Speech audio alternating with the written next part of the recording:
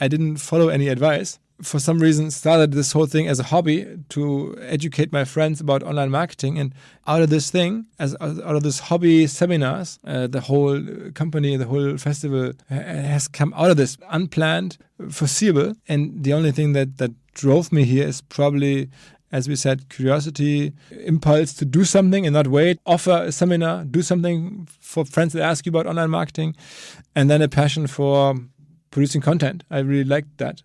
So these things helped me. I totally understand. I was very lucky and I didn't follow that advice that I can now share unless it's passion and it's curiosity and it's go out and do.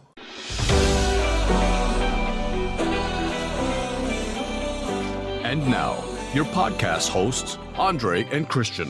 Welcome back to another episode of Connecting for Future. I'm your host Christian, and together with me, my co-host Andre.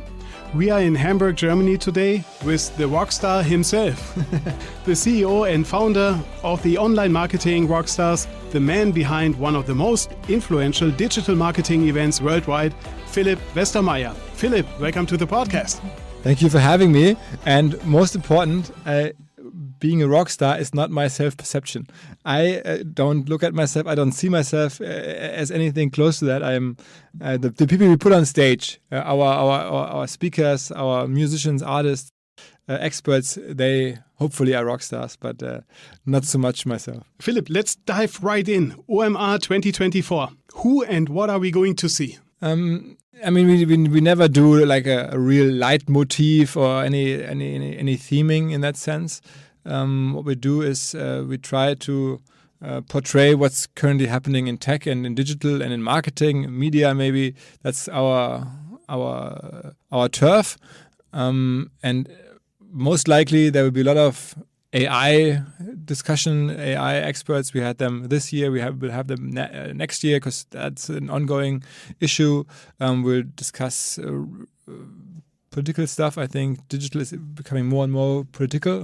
So there's regulation, all kinds of jurisdiction questions. It sounds a little boring, but we try to bring interesting politicians on stage. And then we have like pop culture, as always. Not exactly sure who's going to be this year's Tarantino, this year's Serena Williams, but we have somebody from pop culture. We have musicians. We probably do international music again. We had Macklemore this year, our first international artist. So we'll probably have more from the US, I think. And I'm in New York in the US, traveling in September and trying to get some interesting US people to come. I'm meeting Rock Nation, other US people, and let's see who we can bring over. Yeah, that's really cool. I mean, OMR Festival has had tremendous growth in the last couple of years. Is there an end to growth? I mean, the whole city is full when OMR is happening, so I can't imagine it becoming even bigger.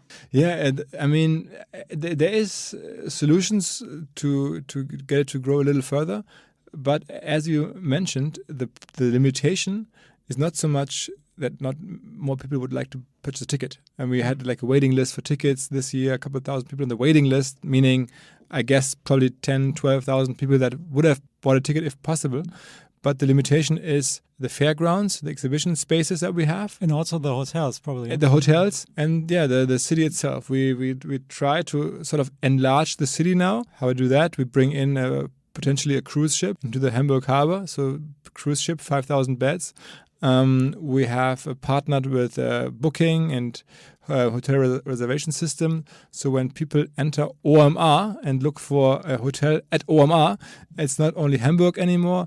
It's all the neighboring cities that have a very fast train connection.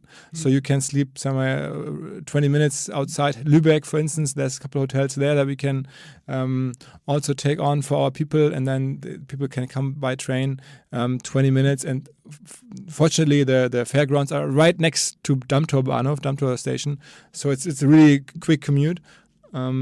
But that's the work we have to do in the background to sort of enlarge the city and create more capacity for the event. The demand is there, but the infrastructure needs to be built. Exactly, and the when we talk about the target group of OMR, I mean it's from B2C little boys and girls just starting their career in digital marketing to the CDOs of this world and the companies. So it's huge. So how do you manage to still have a brand that stands for itself and not fades out in every direction? I think it's a narrow path. I mean, first rule of thumb for me is to not get greedy. You have to really invest into the event, invest into the content, the production value. The people have to feel it's something special, and that's, I think, is an USP, because many other events, they are held by big conglomerations, big corporations. They need to produce a lot of money. There's always a question, how can we produce more money? With us, we are privately held. We can make our own decisions, and we can sometimes decide to do stuff that does not make sense economically. We decide, look, let's try this lighting solution, or this light and sound solution. Let's build a stage like that. Let's bring in these people. Let's pay this artist a crazy amount to make this event different, to make it stand out. And in Germany, there is this legendary journalist, Henry Nunn. He said about journalism, about making a magazine at the time, but I think it's still correct. You have to sometimes throw money out of the window to be able to bring even larger amounts back in. And we still believe in throwing money out of the window, not completely random, but we don't do everything as efficiently as you could and as economic as possible. We really want to invest. We want to invest into the experience, into our people, and to our customers. And that, I think that differentiates us. That keeps the brand alive, and that then draws people from all kinds of backgrounds. Younger people that are just starting, as well as senior people, even C-level people. Most of our guests are like somewhere on the C-level or below, but we probably have like a couple thousand. Usually, the people that buy around Black Friday, the ticket holders that are new to the industry in their 20s. Yeah, and look, we are both working within sales. You are the marketing guru, right? But last year you even had to stop the selling process for the tickets. Yeah. Would you guys not also consider going to Hanover, for instance? It would still be considered as being in the north. Yeah, it's a good question, and it is an ongoing discussion. People approach us, but I think limiting something or setting yourself a certain limit, or accepting that there is a limit to something, in this case the city, is something that drives value. Because I mean, you look at Wimbledon or other events, they also have the limitations. They respect the tradition, and they wouldn't be the same if there was like huge bowls, huge stadiums. So I think again, it's a narrow path to really accept that something is in short supply, makes it attractive. On the other hand, you don't want to create a product that is not welcoming and that is closed for certain people, because I don't like that myself. So I think Hamburg makes this event special. Hamburg is our hometown. Hamburg is where we come from. Is what we know. And for the moment, and I just mentioned, there's become some ideas for infrastructural growth here. But you're right. Hanover is a place that at some point might be interesting, but not for the moment. Understood. And in terms of your vision, I know maybe this fits also, but 3 years from now, if you look to the OMR, what is your vision? I think right now we had 70,000 visitors, and that is single people, unique people, not visits. Many other events, that's always unclear what is exactly the KPI. For us, it's really single people that need a bed, 70,000 of them. Some sleep in Hamburg. Obviously, they come from here, but most of them are visitors. And I think it's possible to grow it in Hamburg if you do our homework correctly and grow it to around 90,000. I think that's what the city can hold. And we'll get there over the next, 5 years. Then obviously I want to make it more internationally known. I think we are a household name in the industry, at least in Germany, Austria, and Switzerland. Not so much in the US, not even that much in France or Poland. That needs to develop a little bit. So we work on that. Also, we try to optimize stuff. We try to optimize the structure. As I mentioned, there's a lot of younger industry people coming in, which is important, but you want to find the right ones. Maybe in the early years, we had, at least that was the customer feedback, also visitors that were not of the same value to our exhibitors. So we've really found ways, I think, ticket price to filter and select. We also optimize visitor structure a little bit. Yeah, and then I have my big dreams. I mean, as I said, I'm flying to the US, meeting Rock Nation. Like, who owns that company?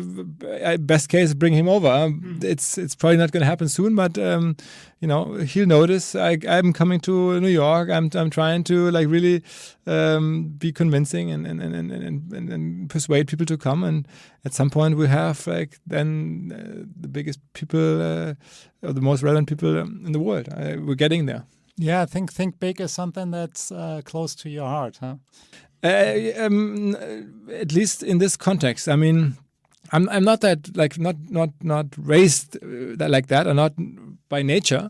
But with this event, I just by accident stumbled into this opportunity and saw this niche. There's this niche for an event that nobody saw. I didn't even see it. I did it as a hobby, and it grew and grew and grew, and new opportunities came in, and all of a sudden you can see stuff, and you see this is possible. This seems possible. I look at our revenues, and I'm like, okay, this could be possible.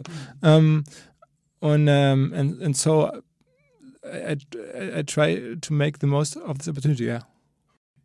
And switching to podcasting, since this has become more and more powerful as a medium for communication and engagement, could you share some tips and tricks for podcasters? I mean, as with one thing I learned with influencers, and in a way, podcasting is also a little bit similar to influencer life. The thing that helps you the most is being there early. If you're early on Instagram, early on TikTok, early in podcasting, you receive the other early joiners, and you just grow from that. And so my secret to success for the OMR podcast, at least, is probably it just exists for very long already. So other than that, I think you really have to live it. If you can't be there early, because it's not early anymore in podcasting, you really have to differentiate yourself through passion and a real love for the medium. And I mean, you guys, it's the best example. You came here to do the podcast here in person because you care, and that's the only way you can do it. You can't just try to make money and invest 2 hours a week and record an interview and just put it online. You have to really, with all your social media presence, with all your connections, friendships, private life, much needs to be thrown in there to let it grow. And then people feel that you care about that topic, that you're really somebody that is relevant for that topic. And then I think if you hit the right community within podcasting, if you hit the right topic and the right community around that topic, then the community helps you grow, I think. And you have to then really initiate that community, unlock the community that usually exists around a certain topic. Yeah, these are some great tips, Philipp. And I think Christian and I myself, we also know that it takes some time to understand, what's working, what's not working, to understand, to fail, to do something differently and just develop. But the good thing is that something that I think that gives me confidence, maybe that gives you confidence as well, is if you have 50, 60, 70 listeners, they're usually not people that don't have anything else to do. If there's 70 people that listen, or maybe even 50 or 30 people that listen to this, that is proof. I mean, it's 30 people that spend an hour, invest an hour, half hour, an hour and a half into your product.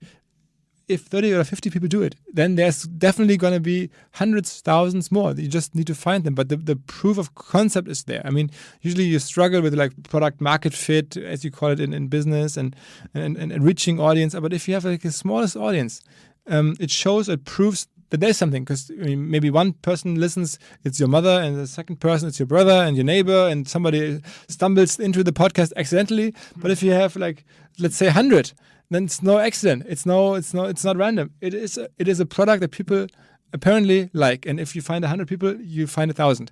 I think that gives me a lot of confidence, or gave me. Now I have a couple of thousand, and I tell myself, look, I have a couple of thousand listeners. That's no accident.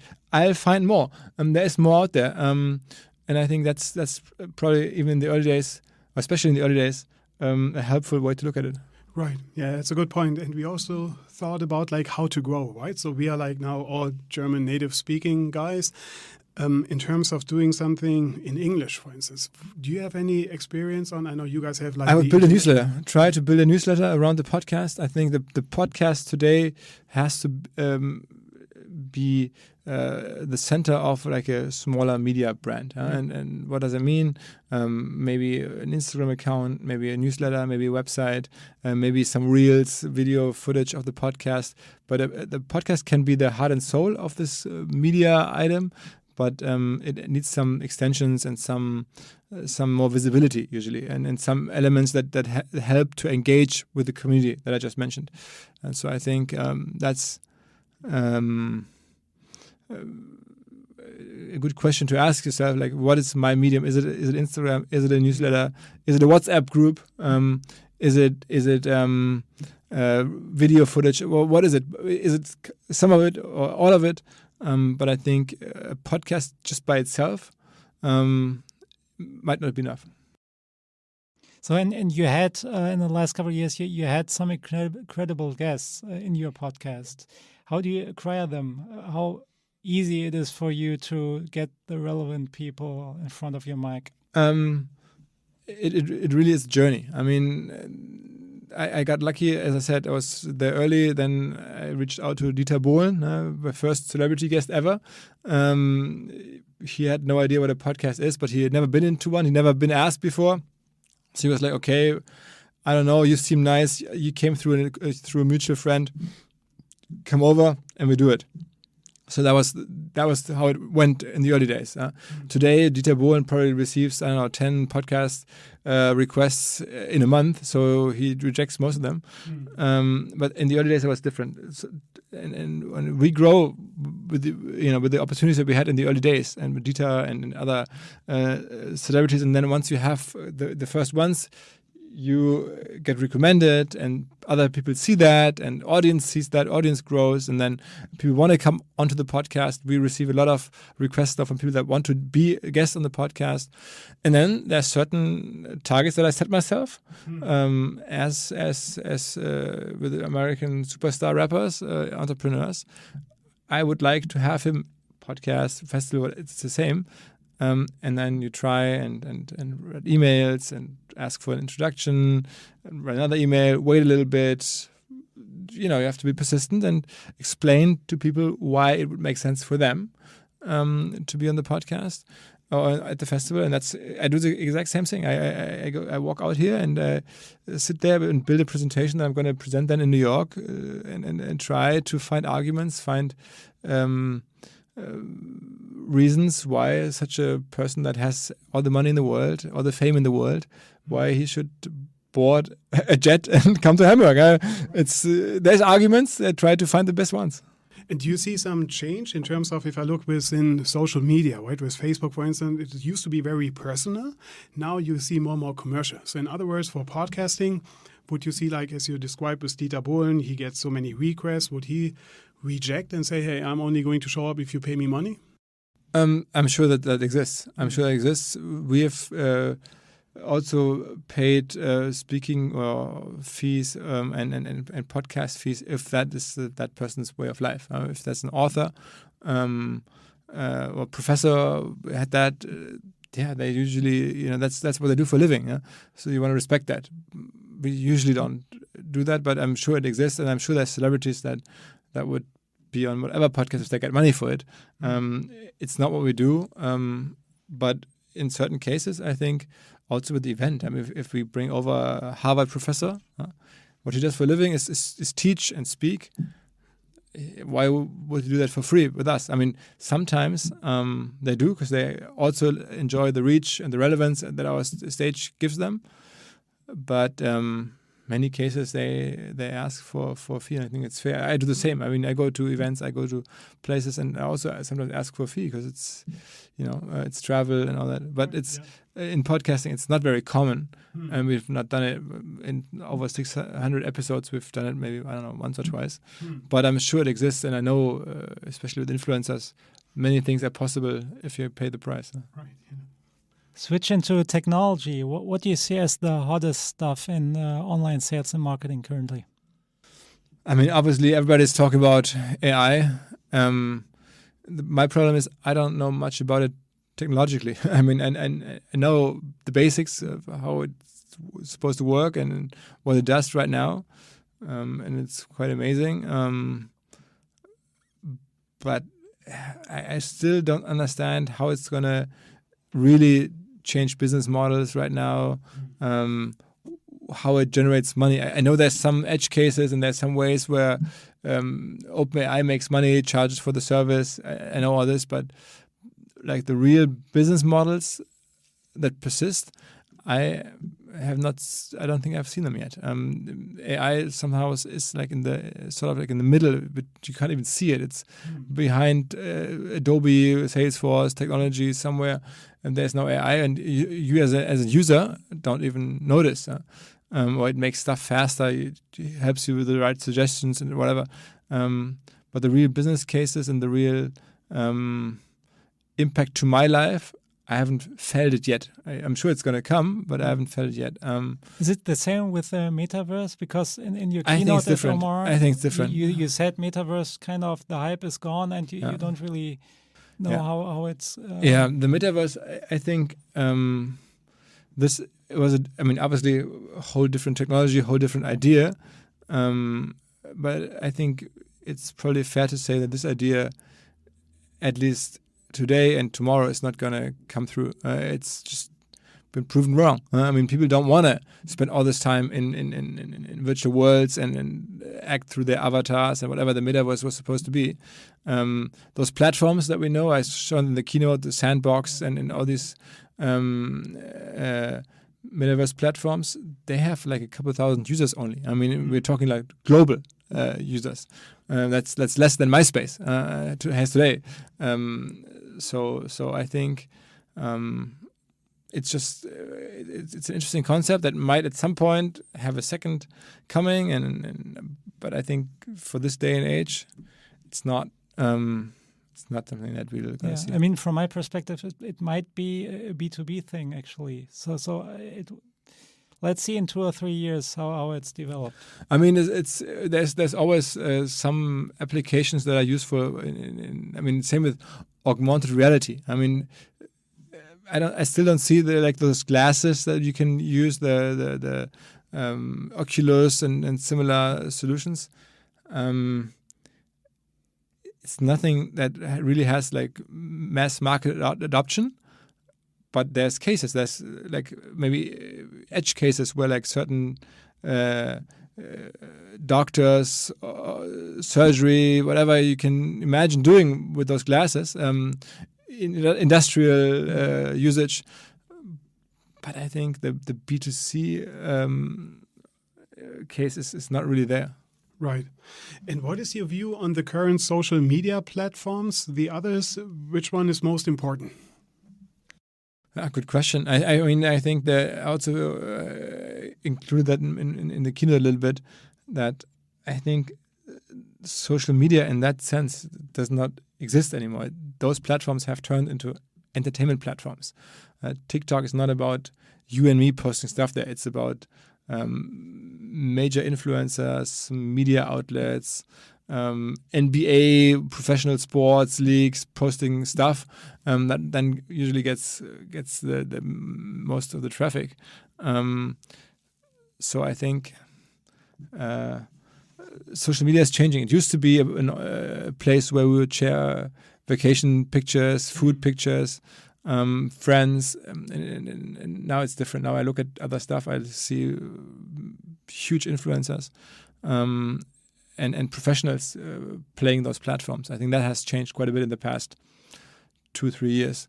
And it's very similar on almost all platforms. It's with Instagram, with TikTok, and then for me, a platform that I think is maybe a little different still is LinkedIn. It's more of a B2B platform. It's turning into a place where influencers are active and then where there's a lot of, I don't know,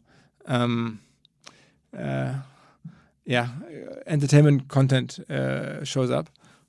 But for the moment, I think it's still more of a business network. So that's relevant for me. I think relevant for the kids is probably more TikTok. Yesterday, I was on an airplane and 3 teenage girls in front of me in the queue. They were all on Snap. So it's like crazy how they standing there in line and they were like constantly like taking pictures of stuff, like their jewelry, like and all posting it, and the way they did it super fast. Tons of photos in like seconds. When I take an Instagram photo, I reach my arm out, I shake my hand, I try to really pose for the picture, and I noticed they don't even do that anymore. They just take the cell phone out, thing to do, right? Switch the camera, and I didn't even notice they're taking pictures because they don't make those moves, those picture-taking moves. Stretching the arm out and like turning and looking for the right spot. They just shoot, and click, and then they have 10, 15 pictures they upload on Snap. And I stood there, I was like, okay, that's a different game. That's true. So it seems like that is an important platform for them. But the numbers are not there. I mean, I had Evan Spiegel, the Snap founder, on my podcast earlier this year. And I think it's an amazing company. But in Germany, it's still not of the same size as the ones I mentioned before, TikTok and Instagram and LinkedIn. They're bigger here. Snap is probably still relevant here, but not on the same level. And you also said in your keynote that people tend to take only 0.4 seconds to decide if they look at something a little longer or if they just swipe away. I know. And if you think on your regarding your edutainment products, so how do you make sure that people really take the time to understand topics, to dig a little deeper and don't only touch on the surface? Because I think also in society that's a problem right now, that people always only touch the surface and don't really take the time to really think things through and understand arguments and just be a little... I think I see the same problem. I think it's above a certain level of probably education and maturity. I think you have a division between this very short form content that you just like swipe through and use it very superficial, and then you have new formats that are successful these days and that are exactly the opposite. A podcast. It's 1 hour, and millions of people listen to like stuff for an hour and really obviously like get deeper into stuff. Documentaries, if you look at Netflix and other documentary video platforms, it's huge. People obviously like to indulge into something then in a documentary. So I think there is these long format options, but it's just like the majority of the people, they are not the ones that find their way there. They live mostly on TikTok then, or on those short form platforms, and so it's really a divide, I think, in our society between people that still have the patience and still have the background to dive deeper into something. The offer is there, and millions of people do it, but then again, there's even more millions of people that are maybe stuck on these superficial platforms. And I think it's a world we live in now. I know how we got there, but I don't know the exact way out. I think it's making sure people get enough education, because the world is not as bad as it seems. I mean, the long form, the deep content is there and is used by millions. You just have to make sure more and more people graduate into this long-form content and find it and discover it and discover the beauty of it. And it all starts with education, with like making sure that people understand the difference between like a TikTok reel and a documentary that has like real substance. Quick fire round. Philipp, how do you keep fit? I run, I row, I do pull-ups, I bench press, I stretch, all kinds of stuff. I really enjoy doing sports. Do you do rowing in an actual boat or? No, at home. I mean, on good days, I run like once or twice a week. On not so good days or weeks, I sit in our rowing chair. Just another question around your ideas. I mean, you have, I think, so many ideas in your mind. How do you manage these? How do you differentiate between this is really a BS idea, I don't want to follow it, and this is an idea that might really come through? So, I mean, in the end, it's also a team by now, right? I mean, there's so many people that we do this with. Like OMR is now over 400 people. So if I come here and there's nothing I can do by myself anymore. I can open the office and without anybody else being there, I can do nothing. I can open my laptop but I need the team. And so the minute I have a new idea, I write to somebody, I ask somebody. And then I get immediate feedback and so many ideas that I have don't find positive feedback, so that we throw them out. This is one thing, and the other thing is what I usually do and always did, and obviously find interesting. My whole podcast is about this. Is in Germany we call it Bierdeckel. I do a very brief business plan on a beer bed or beer bed, I think is the name. And a back of the envelope calculation. I really, calculate something in the very briefest form and say, look, this could be the revenue, this could be the cost, this is how it could be. And then I try to validate ideas like with this beer bed back of the envelope method. And Philipp, who inspires you? It's always different. It's not this one person that I mean, obviously, I found Shane Smith, who founded Vice, inspiring. I look at what Jay-Z does, and that's inspiring, yeah. But it's some of the bigger names that are relevant for me or to me for years. But sometimes it's smaller things. I just I don't know. Yesterday, as I said, I was at Munich airport, and for the first time I saw that they have a barber shop right by the gates. Like after security check, they have now a barber shop, and I was like, okay, that's an interesting concept. And then I talked to the guy there. I wanted to get a haircut. I didn't have enough time, but talked to him, and the way he talked about it, how he now is an entrepreneur and investing into doing haircuts for people that are waiting on airport gates. I was like, oh, that's interesting. That's a new concept. That could be. We could scale that. I mean, there's how many. I sat there and tried to do the math with him and how we could scale this business, or how he could scale it, and how many airports are there, and so it's sometimes just the little people that you meet that do interesting stuff that have, found their passion. Yeah, and you always need to stay curious, right? Absolutely. I mean, it's exactly the thing. I would say my probably trait that helped me the most is curiosity. I mean, that helps you. I mean, if you look, there's hundreds or thousands of people that just stroll by at the airport and don't even notice there's a barbershop or a hairdresser now. And I was like, whoa, that's a new thing. I didn't know that. And then I go in and ask for an appointment. They said, no way, you have to wait. And I said, I can't, I have to plane.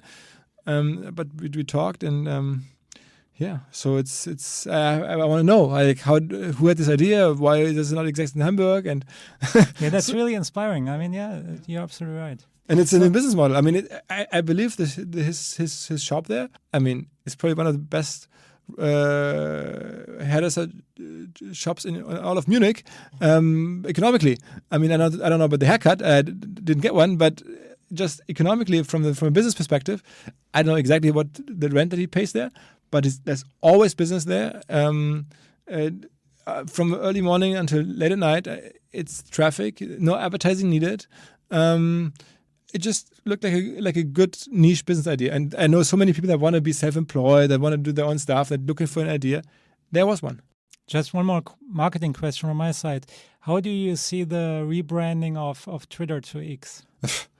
I mean, I listened to some thoughts about it from Scott Galloway, marketing people, professors on podcasts, and everybody said that there's so much brand equity that gets wiped out and destroyed, and it's such a crazy decision to do that. And the first time I realized what gets lost, or what they lose, is when I realized that we call it tweeten. We call it tweeten is a verb in the German language now, and in other languages as well. And to give that up, you've established the highest goal in marketing. Your brand now is part of language, and part of it's become a verb, not a subject. That's probably the highest level, and they had reached it with Twitter, and now with X, my understanding is it gets lost. I mean, nobody says let's X this or whatever. So I had a hard time understanding it, as everybody else did. But I mean, let's see. Elon is not the worst to bet on. Philipp, before we wrap up, do you have any advice for young leaders who are looking to pursue a career move? Hard to say. I mean, for me, I didn't plan this. I didn't strive for exactly the situation I'm in. So I feel I'm not the right person to give advice, because most people look for an advice that they can really follow, and that somebody else has had success with following that exact advice. But I didn't follow any advice. I, for some reason, started this whole thing as a hobby to educate my friends about online marketing, and out of this thing, out of this hobby seminars, the whole company, the whole festival has come out of this, but unplanned and completely not foreseeable. And the only thing that drove me here is probably, as we said, curiosity, just my impulse to do something and not wait, but just offer a seminar, do something for friends that ask you about online marketing, and then a passion for producing content. I really liked that. So these things helped me. But I totally understand. I was very lucky, and I didn't follow that advice that I can now share, unless it's passion and it's curiosity and it's go out and do. I mean, that's this great piece of advice: curiosity and passion. And if you use that, then you will be successful. Maybe not. I was. I don't think anybody. I don't think it's 100% guarantee. There is no guarantees for nothing. Not in business and not in life. But I think it's not the worst recipe. I mean, it's the only one I can share, because this. I know I have friends that have really structured their path and structured their career, and really achieved step by step what they want to achieve. And in the end, they know better. They really made a plan and then modeled everything after this plan. And for me, this plan didn't exist. It was just some inner drive to do stuff around OMR. But I had no idea it would end, or it would hopefully not end, but it wouldn't. I had no idea I would get here. Look, thank you so much for taking your time today. Thanks for coming by. And also for having us here in your podcast. It takes a lot more time to come than to hang out with you here. So thank you for coming. And it's a really great office, right? We came here and thought, hey, look, everybody's sitting at home offices. But that's not the case here, right? We came in, there was the barista giving us a cappuccino. You guys have a gym, free soft drinks. So that's really, really a cool office. It's not very busy today. It's it's summertime, and then we had construction going on in one office, new tables. So, but yeah, some people here. And thank you to our listeners for tuning in to Connecting for Future. We will be back next shortly with more insights into the world of technology, and please hit the follow button. And until then, we are going to see each other at the OMR 2024. Yeah, exactly. 7th and 8th of May. Yeah, see you there, Philipp. Thank you. Thank you so much. Bye-bye.